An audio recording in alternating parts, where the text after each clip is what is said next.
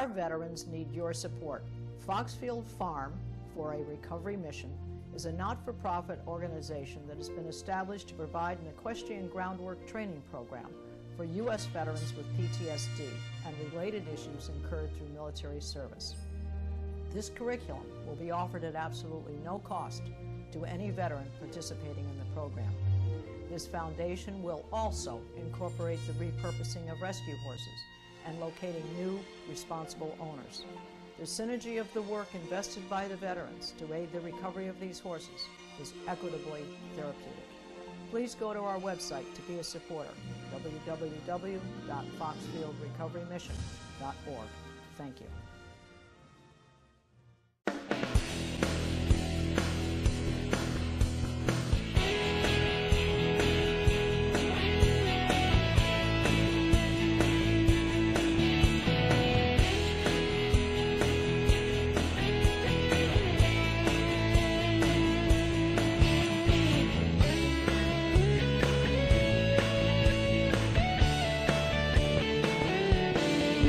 Your host,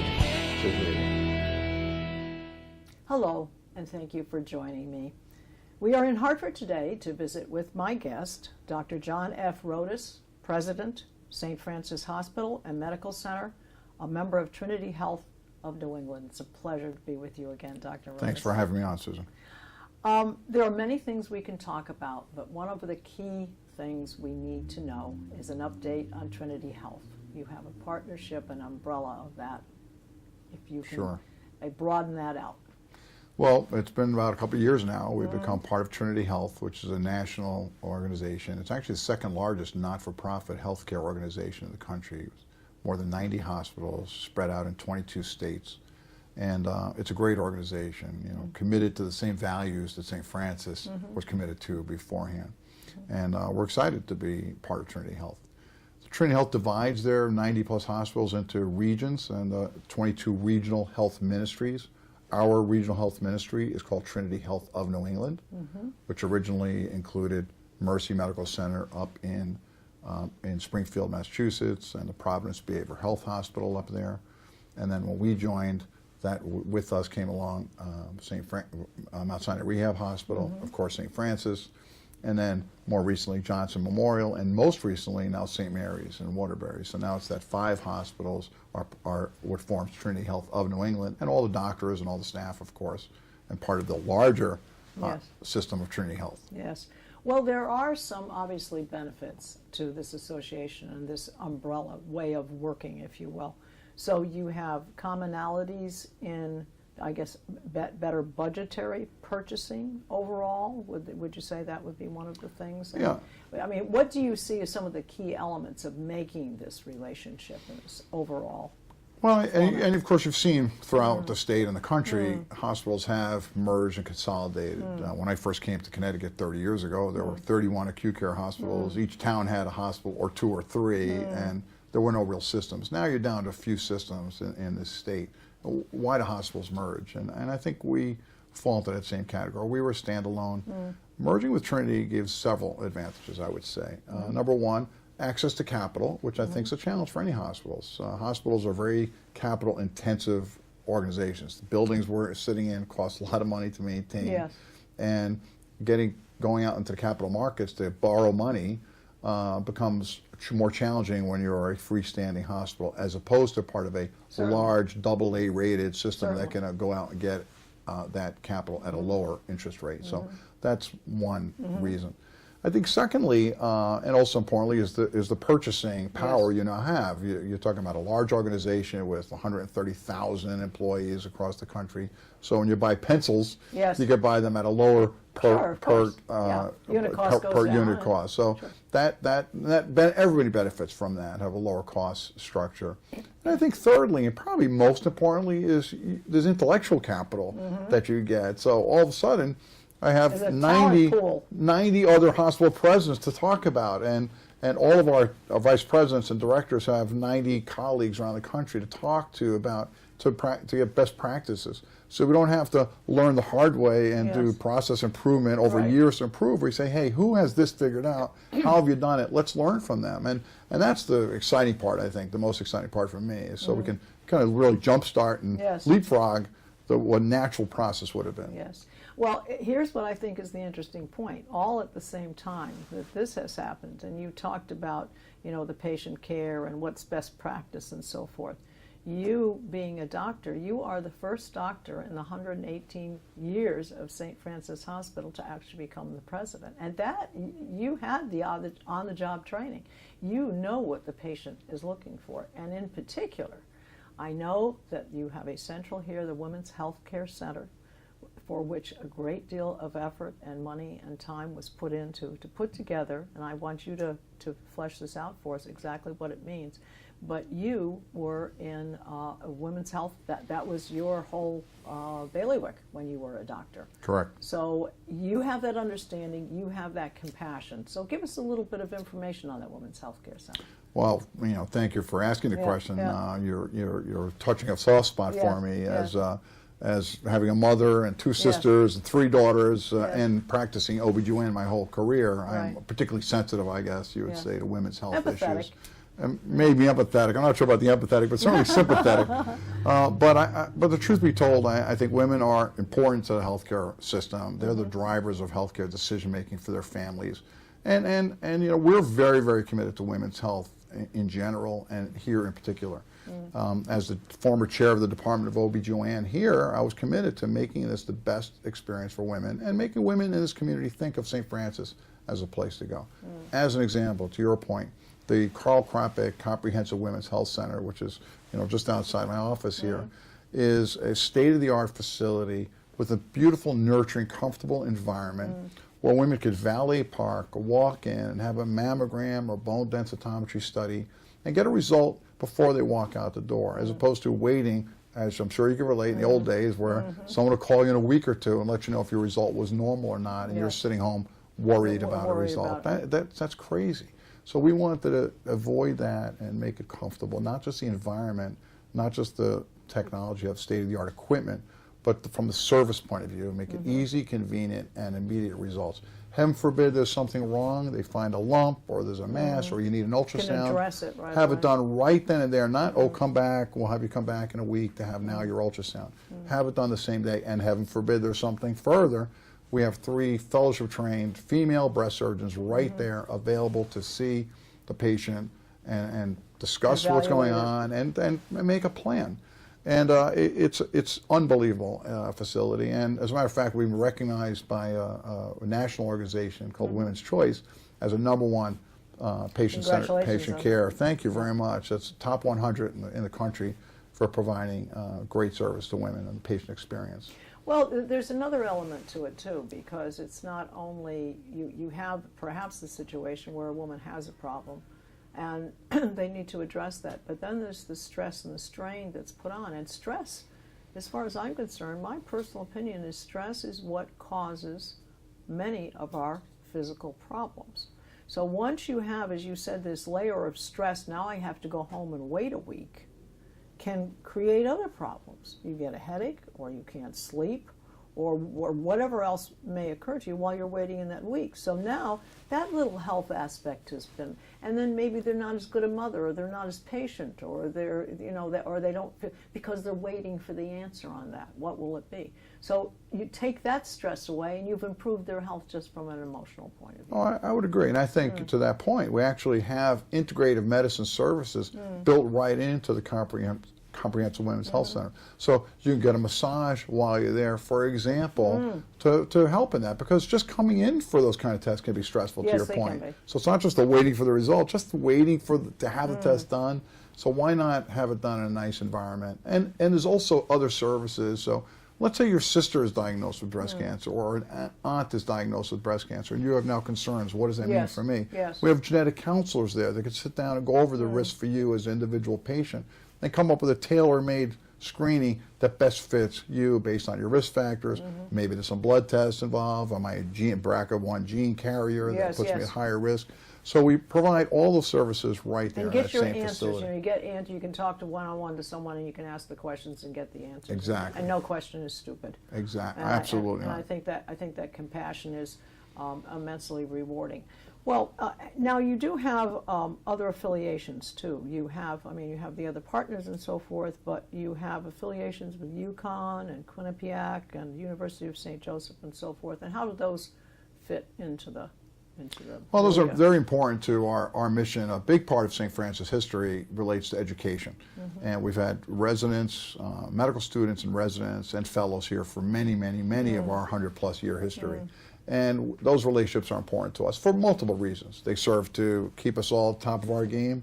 They help us in recruiting quality physicians. So we've had a long-standing relationship with the University of Connecticut, really since its inception as a medical school. And students are here at any one time. We have scores and scores of medical students and residents throughout our hospital and actually throughout now our system.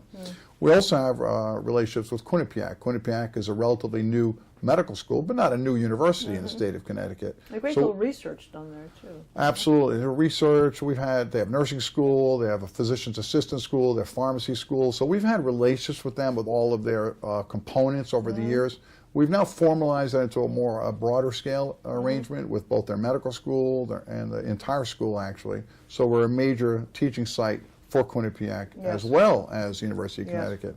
And then St. Joe's, which is only a mile away from where we're sitting, also has now a new PA program, a physician's assistant program they just started. So we've partnered with them as a clinical site for their physician assistant students. So, we want to be good partners to the major universities and medical schools in the state. And of course, we have a long-standing relationship with Yale in multiple levels as well, not necessarily in the education, but in a lot of the clinical services, like our cancer services. We partner with Smilo. Right. So those affiliations with multiple sites make us, I think, stronger and better for it.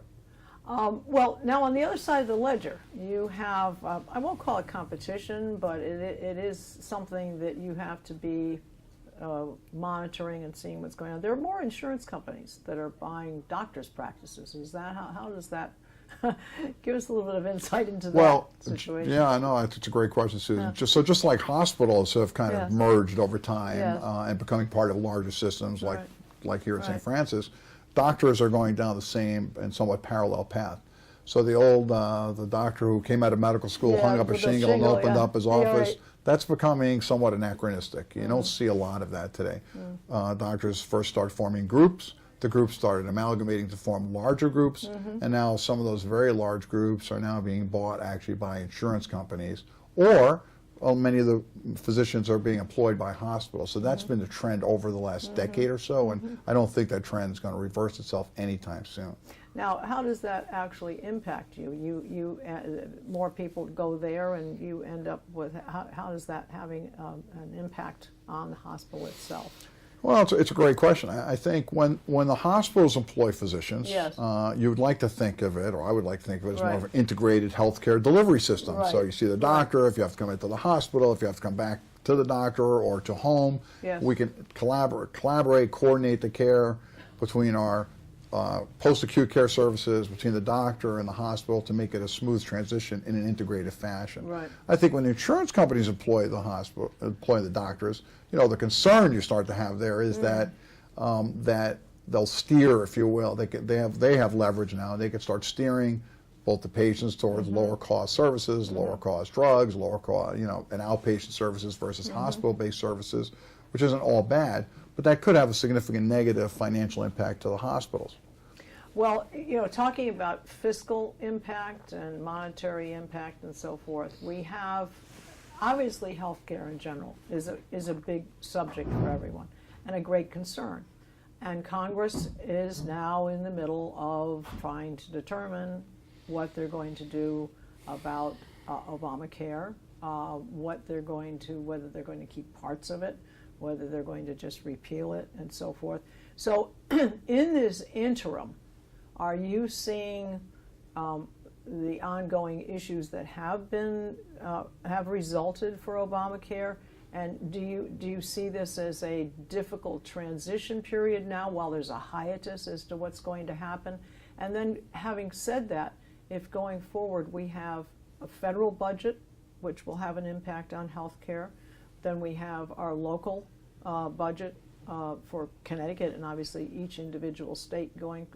So how do you see that impacting the hospital? You're just kind of holding your breath and waiting to see, or what's the... Well, you know, my father and mother taught me years ago, just worry about the things you could have control over. Yes, so true. in one part of me says, you know what, I have to stick yeah. to the knitting and Right. do the best I can for our Right. patients. So Right. that, I would say, is my primary focus. Of course. However, I can't ignore the external environment.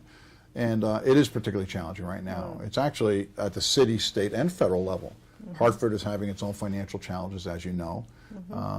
Mayor Bronin, I think, is trying to do a great job in trying to right the ship, but it's very hard to right the ship under the environment he's in. So, you know, they're looking to the not-for-profits to help the city manage their expenses and cost structure.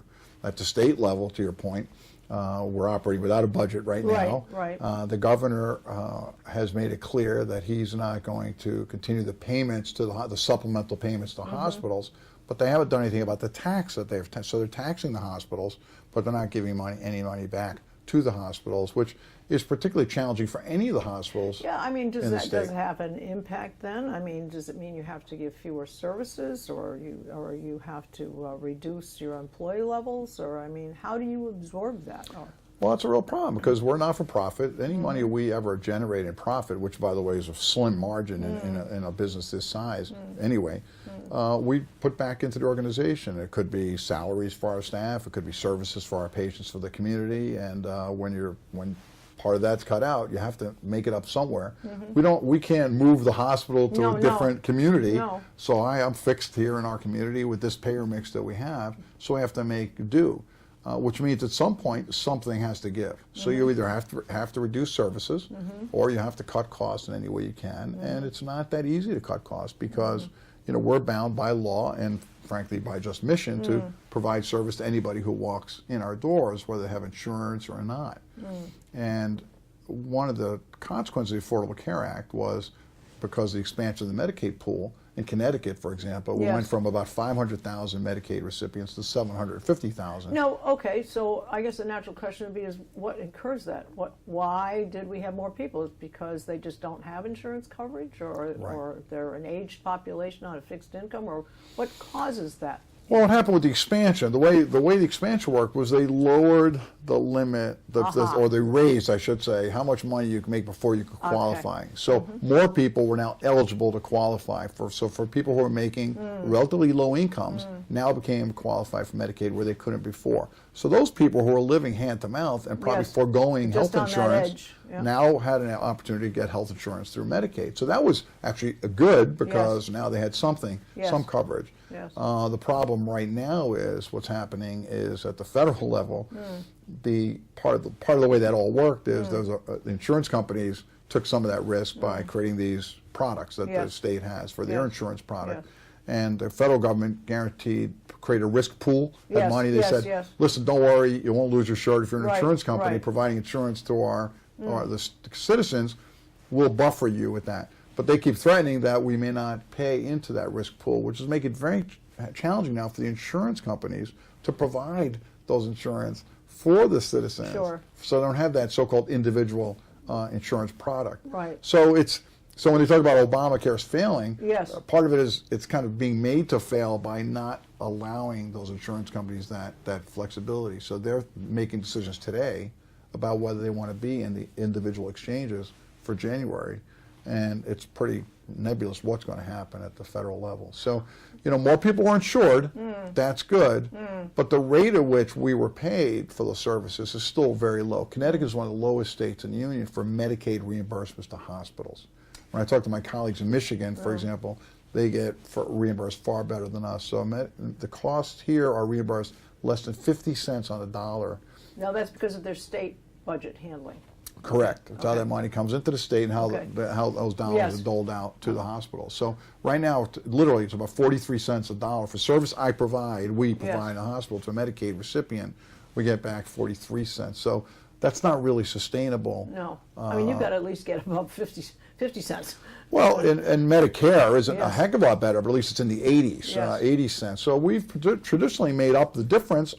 People who had commercial insurance. But what's happening now, and this goes back to your question about if doctors are now employed by the insurance companies, now those groups that were covered by those better paying, I'll call them, patients, if that gets pulled away from the hospitals are left with predominantly Medicaid and Medicare. It'll be very hard for a lot of hospitals to survive. And actually sustain themselves. Well, I think also part of it, and there's a lot of knitting and wool that's coming undone in various areas. And one of them is that what you need to have basic care, to have just general care, make sure you do preventative medicine, make sure you go to the doctor often enough, actually feel like, because a lot of people say, well, I got a little pain here, but I don't have any money covered, so I'm not going to go. In which case, then it becomes a protracted problem because they didn't have it addressed. Now, part of the problem, too, is they don't have a primary care physician because the primary care physicians aren't making enough money and have left the practice, or they go into specializing in something and then they join maybe one of these insurance company things, or maybe they join a hospital or whatever. If you don't have enough primary care physicians, then the person has no place to go, and when they finally end up with this emergency situation that they didn't pay attention to, they come down to your emergency room. And now and all this knitting is coming undone in so many directions. And I guess another question that a viewer would ask, why has the cost of a certain thing, a broken arm, a broken leg, gone so high? Is it because of malpractice suits? Is that insurance coverage? What is driving this cost thing? Well, you've hit a lot of things in that question, and a couple. But these are things. Yeah, that they're very. It's again a very good question, and it's an important question. So, a couple of elements of that I think need to be just reaffirmed. The prevention part. There's no doubt that an ounce of prevention prevents a lot of downstream costs, and truthfully, one of the I thought benefits of the Affordable Care Act at the time was it actually had dollars earmarked towards prevention. Yes. Wellness visits, to your point, yes. that you had a wellness visit every year, both medical care or dental care, whatever it was, to really prevent those illnesses you talked about that can either be managed more effectively when they're in milder forms before they become severe, or before you get the consequences. So your hypertension and diabetes, for example, could be managed well before you end up having a stroke or heart attack, which is the downstream effect. Of course. I think as a society, and this is more of a societal question, and we as citizens of this nation and of the world probably need to take a little more accountability for our own health and well-being. I would agree. I think we haven't done as much there, and again, we haven't probably educated ourselves, and probably I think we need this Is there little no bit of learning government. curve, doctor? Though Well, you got to start too much early. Weight, it might be bad for you. No, but I think you have to. The problem is you have to start early. You have to start. This has to start in schools about wellness, health, prevention, how to eat properly, exercise, and incorporating those into your life. So I think prevention is critical. I think healthcare is expensive because we have fixed costs that are expensive. I mentioned earlier the capital costs, so you have to pay for them somehow. People want good equipment, and they deserve to have state-of-the-art equipment if they need it. Especially you being a doctor, if a doctor says we've got to have another whatever machine, then. You mentioned malpractice. I think that's a factor. I don't think it's the factor, but I think it's a factor. If you come into the emergency department with a headache, and it's a first-time headache and it's a severe headache, well, it's maybe a first-time migraine. Right. But we want to make sure you don't have a brain tumor or something else. A, because we want to make sure you don't have a brain tumor. But secondly, heaven forbid you did have a brain tumor and we thought, it's just a migraine. Right. There is likely to result litigation. Right. And Which is that too adds a lot of these days. adds a lot of cost to the system. So now you get a lot of extra testing to avoid that. So in states that have had more effective tort reform with some caps on damages, they've had lower costs. So again, a comprehensive strategy. As you said, it's a lot of weaving coming undone. Yeah. You need to address it in a comprehensive, holistic way. The prevention arm we've talked about, making sure there's enough primary care physicians, that's a critical part of our strategy, and it's not going to probably be all physicians. I think you're seeing more nurse practitioners being part of the primary care, wellness and prevention, as they should be. There's no reason why they can't I think be. the education, I think you've hit on a good note there. I think really, there should be literally a class for going to that you have to take, a prerequisite before you graduate from high school. These are certain things you need to know about and certain things that need to be done. I think what's more important than our own health and wellness, if you think about it? Right. It's something we all take for granted, but I can't think of anything more important. Yes, because we're supposedly, when we go to school, we're educating the brain. Well, while you're educating the brain, you have to take care of the body because they interact. If you don't feel well here, your brain isn't going to care because you don't feel very well. And if your brain isn't going to operate, it isn't going to talk to your body very well. So I think that's actually a very good note. Well, the reason I kind of bring up all of these subjects is because these are the reasons why. I mean, healthcare used to seem to be a fairly efficient thing to do. You know, you had a baby, you brought it to the doctor, you needed an operation, you got one, but it's become so complex because of all of these things. And people will go, it used to be a simple thing and it's not a simple fix anymore. And I think it's key that we pull all these things out so that people understand. And people are looking from different hills. You know, I mean, one person could have a certain kind of job, another person another kind of job. One person has a family, another person doesn't have a family. One person has grown children who are taking care of themselves. And all of these people are the variables within the mix of all the problems. And that's what I think is making it so common. And we're living longer.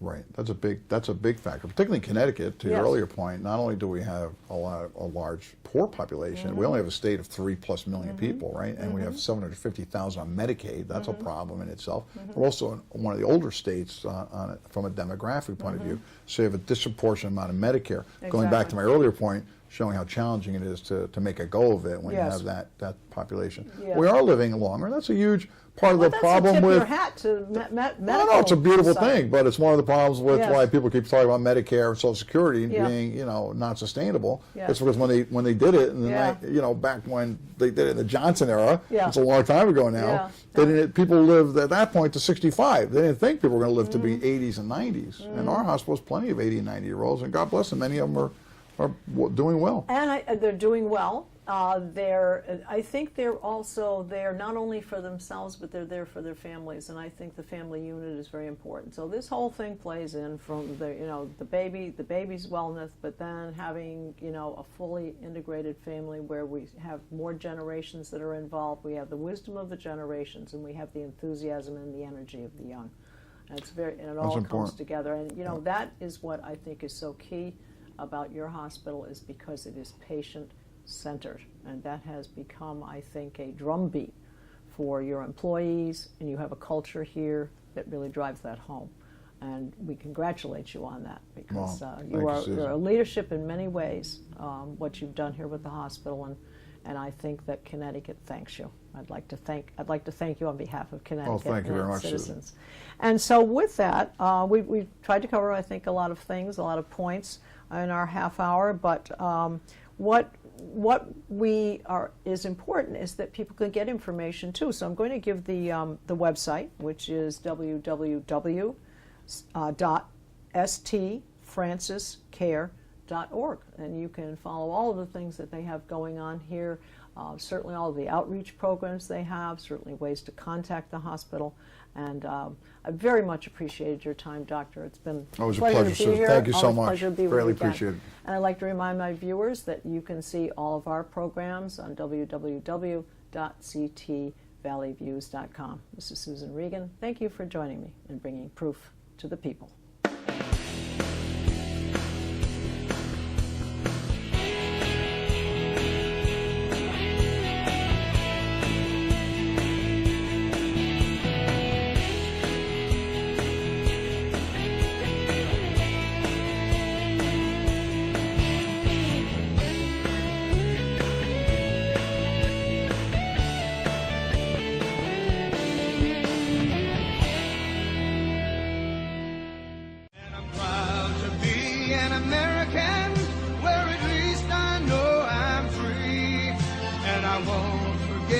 The men who died, who gave that right to me, and I gladly stand up next to you and defend her still today.